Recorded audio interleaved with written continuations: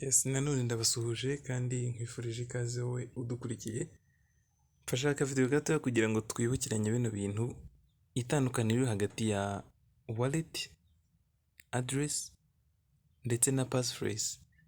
Nkuko tubizi twagiye dukunda kubivuga kenshi ko zino wallet dukoresha muri cryptocurrency ziri mu moko agiye atandukanye.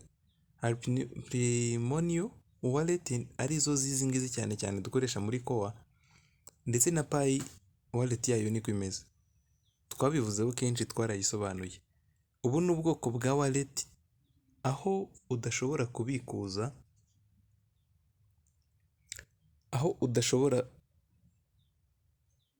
aho wibagiwe passphrase zawe nta kindi kintu uba ushobora gukora. Iyo niyo wallet turi gukoresha no muri Core, murabizi. Iyo wallet rero uko imeze, ugomba kumakinga sure neza ko wabitse neza passphrase zawe. Ngira ngo bari naho twibukiranya kano gapaje nashyize hano imbere tugakora, twari turi kubikuza amakowa. Ngira ngo murabyibuka niba waraparticipatinze muri ino gahunda ya Core.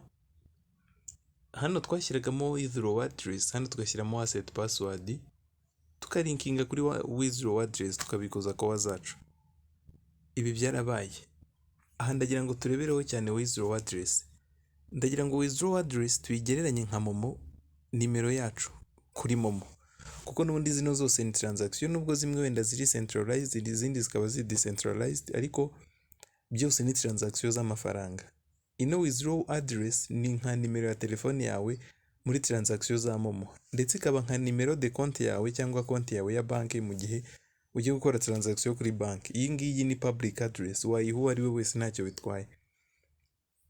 Twagera kuri asset password yo biraho. Iyi ngiyi niyo muri Core, ntago ndi buyitindeho, ahubwo icyo ngira ngo nongere ngarukeho ni passphrase. Iyi passphrase ikoreshwa mu gufungura wallet yawe.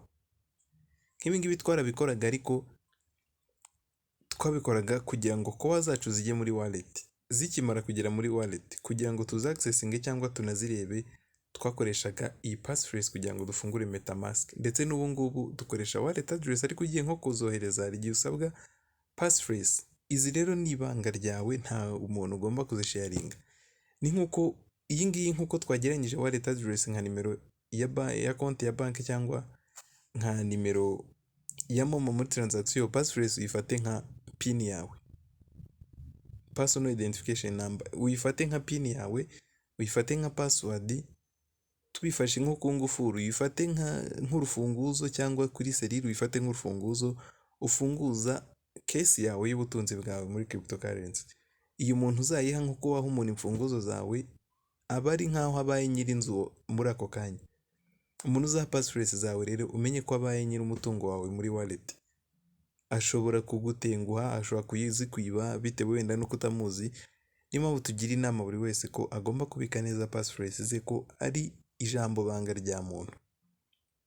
Niyo mpamvu mukunda kubona ziba ziri complicated. Iyo uyitaye muri buno bwoko bw'amawallet turi gukoresha hano, iyo uyitaye ni nkaho uba uzi imfunguzo zawe. Aho ikiba gishoboka ni ukwica ingufuri. Niba wishe ingufuri ntabwo uzongera kuyiteranya.